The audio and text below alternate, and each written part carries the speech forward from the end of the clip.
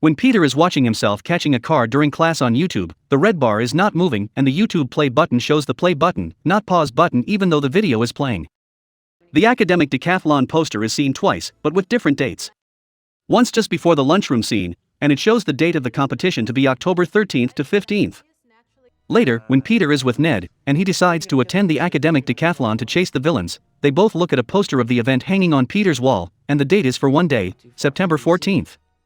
One student is dressed in a military uniform and is wearing his cap inside. This would be against regulations and the kid would know not to wear the cap in class. During the first scene at the sandwich shop, located in Queens, a MARTA bus, the city of Atlanta's public transit system, can be seen driving past the shop. Peter tells Ned that he had been dropped in a lake the first time he met the Vulture. However, when Spider-Man had hit the water, the George Washington Bridge can clearly be seen in the background, making the body of water he fell in the Hudson River. When the ferry is cut and Peter is trying to sew it back together with web, water jets begin squirting in random directions, as if the river water was squirting in through the leaks in the hull.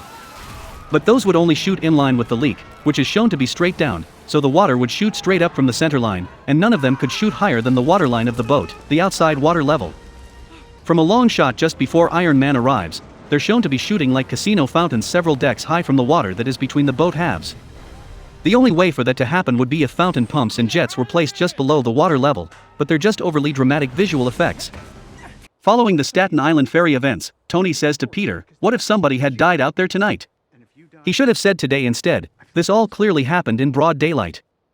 When Tony is talking to Peter, he says, "Different story, right? Because that's on you." His mouth movements don't match. When Peter ditches the dance as Spider-Man, he is confronted by the Shocker in the school parking lot. Since it was only minutes earlier that Toomes uncovered Spider-Man's identity as Peter Parker, he would have had to have called up the Shocker and have had him arrive in about the time period it would have taken Peter to walk through the doors, ditch Liz, and change into his spider suit.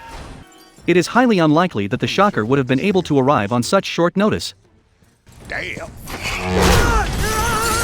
When Peter is battling on top of Tony Stark's transport plane, a series of alarms can be heard going off once the hull has been breached. However, it seems as if they are only decorative or non-functional due to the fact that Happy looks out the window of the Avengers Tower several minutes later to see the plane going down.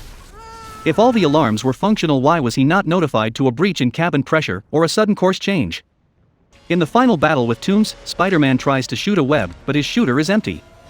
A few minutes later, when the feds arrive, Toomes has trapped webs, which should not be possible.